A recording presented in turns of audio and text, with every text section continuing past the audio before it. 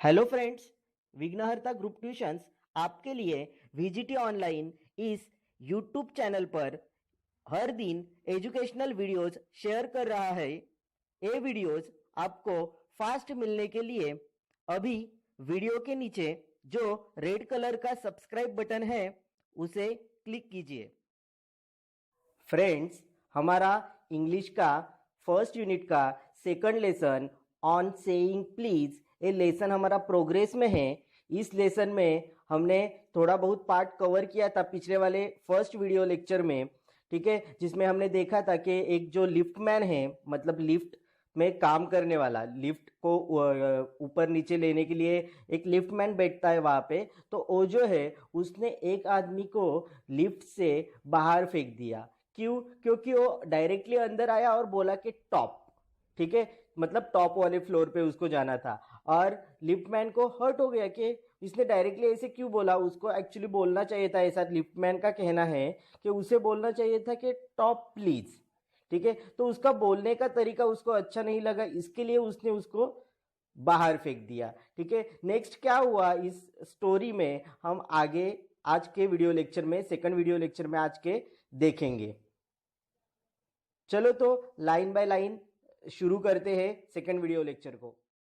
This does not mean that the damages are negligible. इसका ये मतलब नहीं होता कि जो डैमेजेस है, ये जो नेग्लिजिबल है, इसको हम निगलेक्ट कर, यानी जो हार्ट फीलिंग होने से, इससे दिन भर दुखी रहना या किसी कोर्ट तक खूनी होने तक जाना, ये ठीक नहीं है। It is probable that the liftman was much more acutely hurt by what he regarded as a slur upon his social standing than he would have been if he had kicked on the shins, for which he could have got a legal redress. Probably हो सकता है the liftman was much more acutely hurt. liftman बहुत ही hurt हो चुका होगा जब passenger ने अंदर आने के बाद टॉप डायरेक्टली ऐसे बोला बदतमीजी से।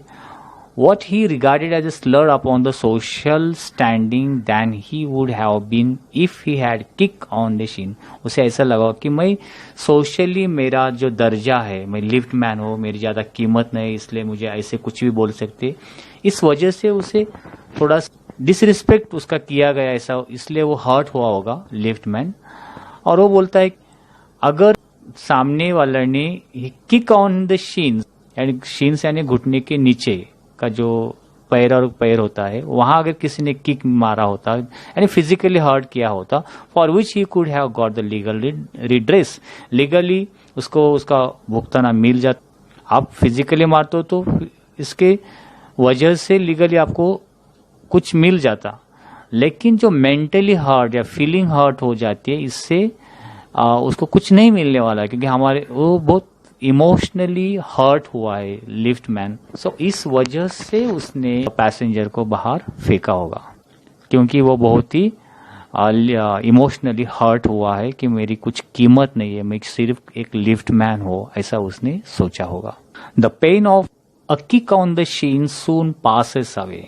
अगर कोई पैरों पर हमें चोट मारता है तो उसका जो दर्द है वो थोड़े समय में जा सकता है। But the pain of a wound to our self respect, लेकिन हमारे सेल्फ रिस्पेक्ट का वुंड जो जख्म हो जाती है, उसका जो दर्द है, और आवर वैनिटी, वैनिटी का मतलब जो घमंड है, हमारा सेल्फ रिस्पेक्ट है, इस पर अगर जो चोट लगते तो पॉइजन होल्ड है, पूरा दिन हमारा खराब हो जाता है। आई कैन इमेजिन दैट, मैं एक इमेजिन कर सकता हूँ, कल्पना कर सकता हूँ। Liftman denied the relief of throwing the author of his wound out of the lift. जो लिफ्टमैन ने अगर उस पैसेंजर को लिफ्ट से बाहर ना फेंका होता तो क्या हो सकता। जो उसको मेंटली चोट पहुंची है सॉरी न बोलने से, उसको कम लिखने से, सो वो जो फीलिंग है, वो जो चोट है, हर्ट है, brooding over the insult by the hour, पूरे दिन भर, पूरे जितने घंटे वो काम करता होगा उस लिफ्टमैन, वो पूरे दिन वही सोचता रहता, हर्ट हो जाता। And visiting it on his wife, और जब वो घर पर पहुंच जाता तो वो अपना हर्ट, अपना जो गुस्सा है वो अपने वाइफ पर निकलता। In the evening as the only way of restoring his equilibrium. क्यों अपने वाइफ पर निकलता?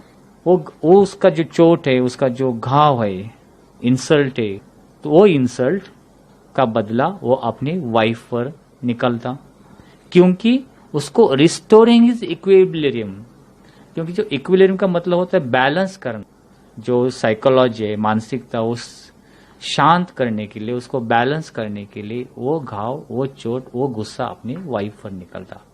ये न हो, राइटर को ये यहाँ बताना है कि लिफ्टमैन ने ऐसा सोचा हो कि मैं दिन भर मेरा दिन खराब न जाए, दिन भर मैं दुखी न हो, हर्ट फील न हो, घर जाके मेरे वाइफ पर गुस्सा न निकालो, इससे बेटर है कि मैं मेरा गुस्सा, जो भी मैं हर्ट फील हुआ हो, वो पैसेंजर के ऊपर निकालो। और ये निकालने के लिए ही had thrown away the passenger out of the lift. ऐसे writer wanted to say here, writer यहाँ बताने की कोशिश करता है। For there are few things, वहां बहुत ऐसे कम चीजें होती है, मोर कैचिंग, जो हमें आकर्षित करते, than bad temper and bad manners.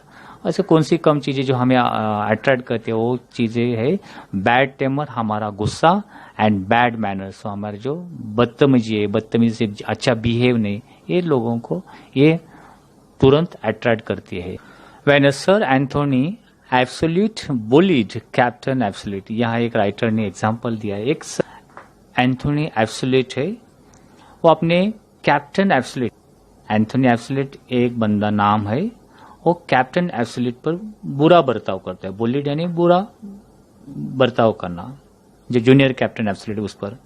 The latter went out and bullied his man, लेकिन इससे हर्ट होकर जो कैप्टन एब्सोल्यूट वो बंदा है, वो अपने जूनियर उस पर जाकर वो अपना गुस्सा निकालता है, वो उससे बुरा बर्ताव करता है। Bullied his man fag, whereupon fag went out down stairs and kick the page boy, और वही फैग जिसके ऊपर कैप्टन एब्सोल्यूट ने बुरा बर्ताव किया है, वो फैग अपने जूनियर के नीचे उतर कर डाउन स्टेयर्स आता है और किक द पेज बॉय, जो पेज बॉय को लात मारता है। यानी एक सीनियर नीचे के जूनियर को, फिर वो जूनियर नीचे उसके नीचे जूनियर को बुलीड करते रहते, बुरा बर्ताव करते रहते, तो ये गुस्सा आगे वाले पे निकालते हैं। जो पेज बॉय यानी जो वहाँ काम करने के लिए जो बॉयज रखा जाते हैं, सर्वेंट जैसे, उसे पेज बॉय कहा जाता है। सो एक एग्जाम्पल यहाँ राइटर ने दिया है। Probably the man who said top to the lift man was really only getting back on his employer who had not said good. हो सकता है जो पैसेंजर डायरेक्टली लिफ्ट में आकर लिफ्ट मैन को टॉप बोलता है, वो भी कुछ टेंशन में हो सकता है उसके एम्प्लॉयर ने, उसे बॉस ने उसे गुड मॉर्निंग नहीं कहा होगा, इस वजह से वो हर्ट था पहले से, वो अपना गुस्सा लिफ्ट मैन पर निकलता है। To him because he himself had been henpecked at the breakfast by his wife, हो सकता है वो जो उसका जो बॉस है, जब घर से सुबह ब्रेकफास्ट करके उसके आया था, ब्रेकफास्ट के समय उसकी वाइफ, उसने उसे हैंडपैक किया होगा, भरा बुरा कहा होगा उसने, वाइफ ने, बॉस की वाइफ ने, सो बॉस टेंशन में होगा। To whom the cook had been insolent, अभी वाइफ ने क्यों अपने हैंडपैक किया बॉस को, क्योंकि हो सकता है कि उनके घर में जो कुक है वो ठीक तरह से उसने उस बॉस की वाइफ के साथ बर्ताव नहीं किया। The house made had answered her back, और उस कुक के साथ जो हाउस मेड है उसने ठीक तरह से बर्ताव नहीं किया, ठीक तरह से नहीं बोला होगा। सो ये हाउस मेड, उसके बाद cook, wife, boss, then passenger and then lift, तो इस तरह से ये गुस्सा पास आउट होता होगा, और पैसेंजर का गुस्सा, पैसेंजर ने डायरेक्टली प्लीज न बोलते हुए डायरेक्ट टॉप बोला और लिफ्ट मैन ने उसे बाहर फेंक दिया।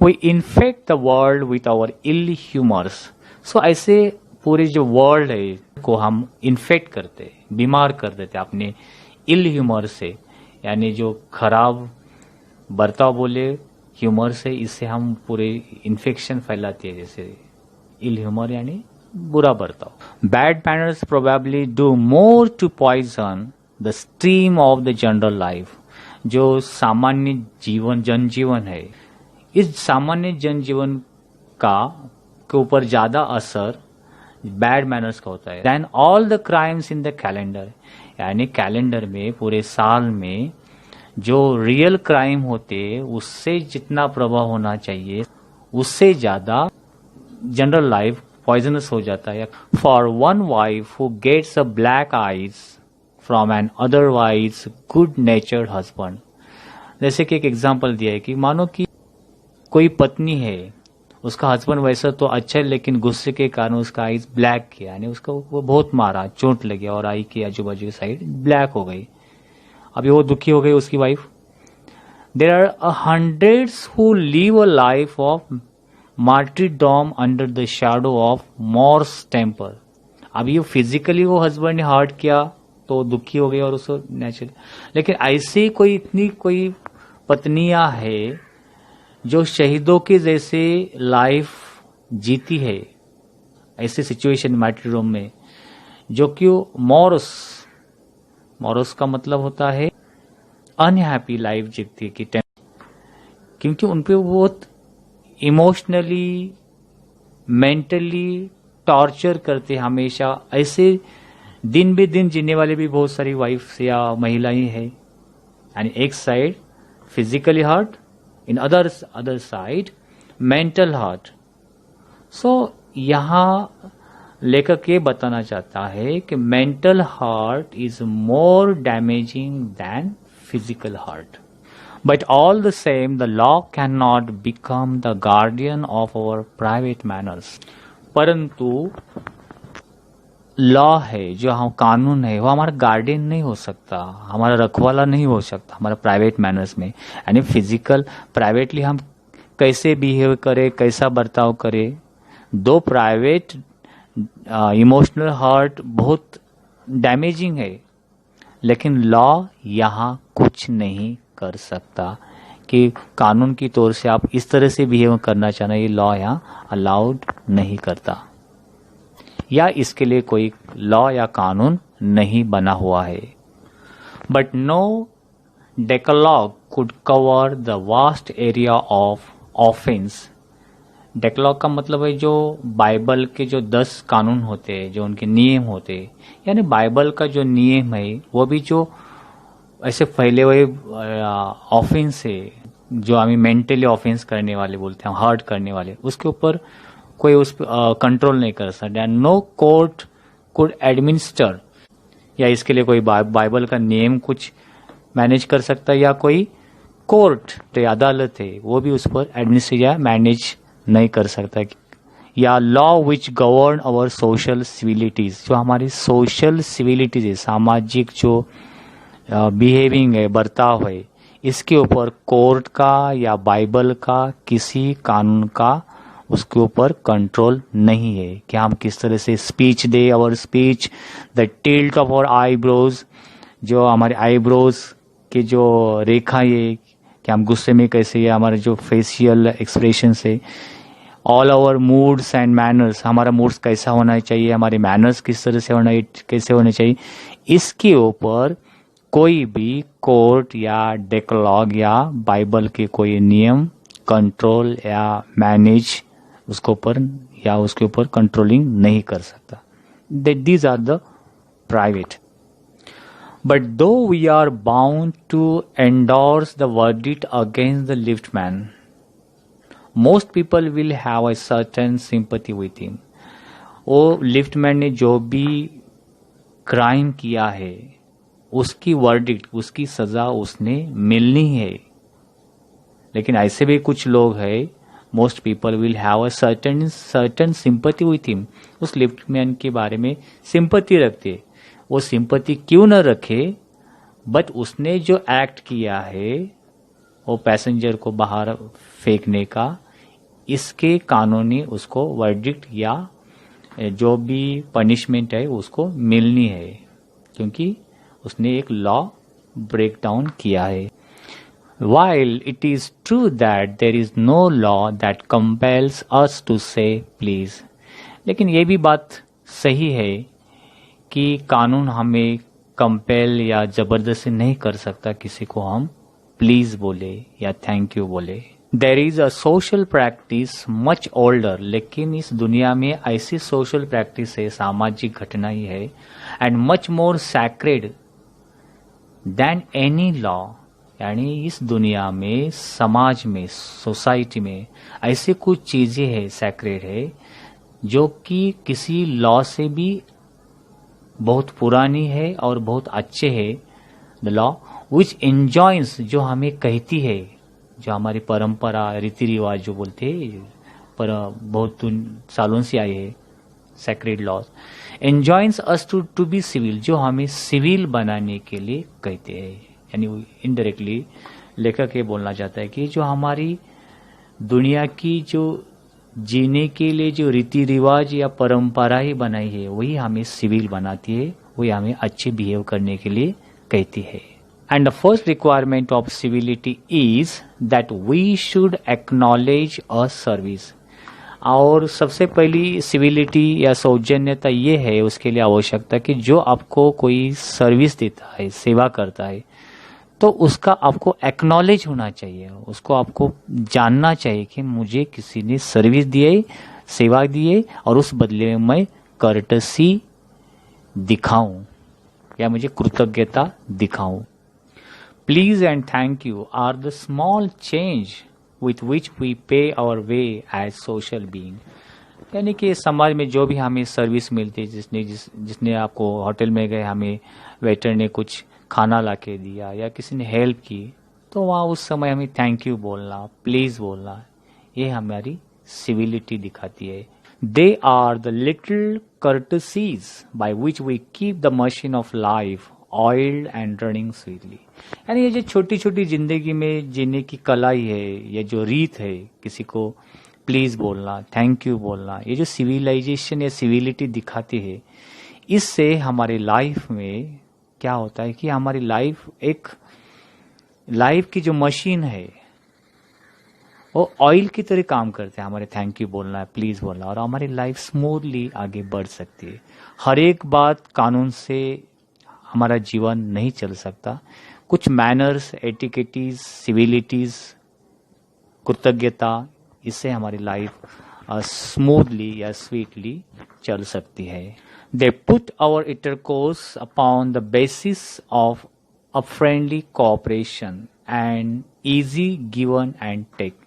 एंड ये जो इंटरकोर्स है, ये जो हमारा मेलजोल है, कम्युनिकेशन है एक दूसरे के साथ, ये जो छोटे छोटे वर्ड्स है, प्लीज, थैंक यू, ये बहुत इजी हो जाता है, तो एक दूसरे का लेन देन ईजी हो जाता है।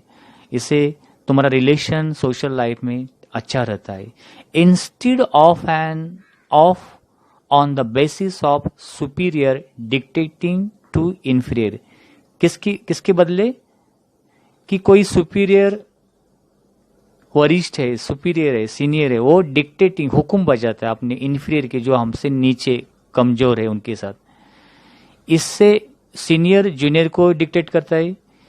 इससे जो बेस क्रिएट होगा वो ठीक नहीं होगा समाज में, सोसाइटी में, कि इसके बजाय जो प्लीज, थैंक यू, कोई सुपीरियर क्यों हो, कोई इंफीरियर क्यों ना हो, एक दूसरे से प्लीज, थैंक यू, ये जो बेसिक जो चीजें हैं, जो सिविलाइजेशन या मैनर्स दिखाती है, अगर ये आते तो ये समाज में एक नींव बन जाती है। न्यू यानी बेस बन जाता है समाज, अच्छा समाज बनने के लिए। इसलिए तो जिस कंट्री में डिक्टेटरशिप है, उसका हमारा कंट्री सिविलाइजेशन है, सिविलाइज्ड नेशन, डिक्टेटरशिप यहाँ नहीं है। So civilization is more powerful than dictatorship, we can say that here. तो फ्रेंड्स, इस लेसन का आगे का भाग हम नेक्स्ट वीडियो लेक्चर के माध्यम से देखेंगे। फ्रेंड्स, अगर आपको वीडियो अच्छा लगा है तो उसको लाइक ज़रूर करो और ज़्यादा से ज़्यादा स्टूडेंट्स तक उसको शेयर करो। और चैनल अभी तक सब्सक्राइब नहीं किया है तो अभी वीडियो के नीचे जो रेड कलर का सब्सक्राइब बटन है उसे क्लिक कीजिए, ताकि आपको नेक्स्ट वीडियोस का अपडेट फास्ट मिल सके। Thank you.